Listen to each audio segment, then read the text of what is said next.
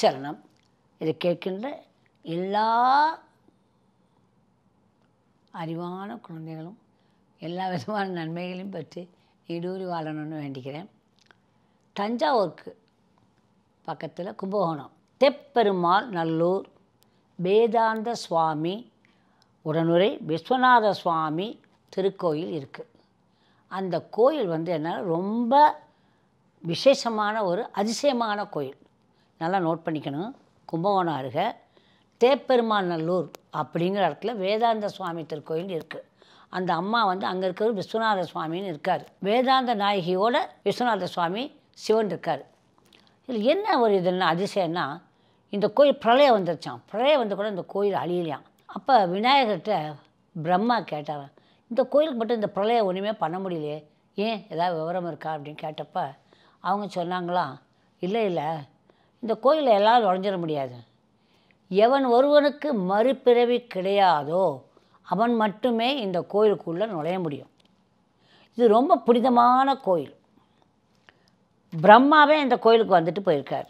இதில் அடுத்த பிறவி எனக்கு இருக்குது அப்படின்னா நான் போக முடியாது. இதை சொன்னாங்க. இல்லை எனக்கு அடுத்த பிறவி வேணும், அதனால் நான் போகல அப்படின்ட்டேன்.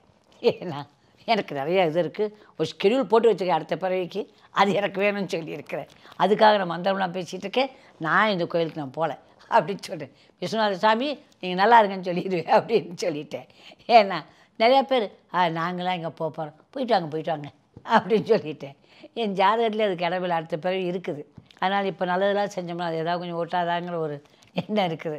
ஓகே, அது மட்டும் இல்லை கண்ணுங்களா, இந்த திருத்தலத்தில் என்ன பண்ணுறாங்கன்னா, கோயிலுக்கு போகிறாங்க அப்போன்னா அந்த ஊரில் இருக்கவங்களாம் போக மாட்டாங்களான்னா, அங்கே இருக்கவங்களுக்கு அதுதான் கதி. அங்கே போகணுங்கிற விதி இருந்தால் தான் போக முடியும். ஏதாவது ஒரு பிரச்சனை கோயிலுக்கு போக முடியாது அப்படின்னு சொல்கிறாங்க. அது அங்கே இருக்க அந்த ஊர்க்காரங்களை போய் கேட்டால் தான் நமக்கு தெரியும். இன்னொரு அதிசயம் என்னென்னா, சூரிய கிரகணம் வந்துச்சுன்னா ஒரு நாகம் வருமா, அது கிழக்கு வாசல் வழியாக தான் வருமா. அந்த நாகம் என்ன பண்ணுமான்னா வில்வ மரத்து மேலே ஏறுமா. ஏறி ஒரு வில்வ இலையை பறித்து கொண்டாந்து அந்த விஸ்வநாத சாமி மேலே வச்சுட்டு கும்பிட்டுட்டு இறங்கி போயிடுவாங்களாம். இது நடக்குமா அப்படின்னா, நானே ஒரு கோயிலில் போய் பார்த்தேன். அழகாக நாகம் அந்த ஆவலை அப்படியாக அது ஜக்குன்னு ஏறி நின்று அதை எடுத்து அப்படியே ஃபோட்டோலாம் எடுத்து போட்டிருக்காங்க. அந்த மாதிரிலாம் நடக்கும். இவ்வளோ எதுக்கு, நான் கிளாஸ் எடுத்துகிட்டு இருந்திருக்கேன் இங்கே. என்னோடது ஃபுல்லாகவே மொசைக் இது ஃப்ளோரு. அதில் நாகம் வர்றது கொஞ்சம் கஷ்டம், அவ்வளோ வழுக்கும். அவள் வெளியே தாராளமாக வந்தாங்க. ஒரு நாகப்பாம்பு வந்துச்சு. நான் கிளாஸ் எடுத்துகிட்ருக்கேன் ரூமில். வந்தாங்க என்னமோ பெரியவங்க தான், எங்கள் மாஸ்டர் மாதிரி இப்படி வந்துச்சு. இப்படி தலையாட்டி இப்படி பார்த்துச்சு. அது ஹூடு அப்படி தெரியுது, இல்லை நல்ல பாம்பனுடைய ஹூடு தெரியுது. அப்படி வந்தோடனே நான் எடுத்துகிட்டு இருந்தது அன்றைக்கின்னு சனிக்கிழமை கிளாஸ் நடந்துகிட்ருக்கு. அவர் இப்படி எட்டி பார்த்தார்.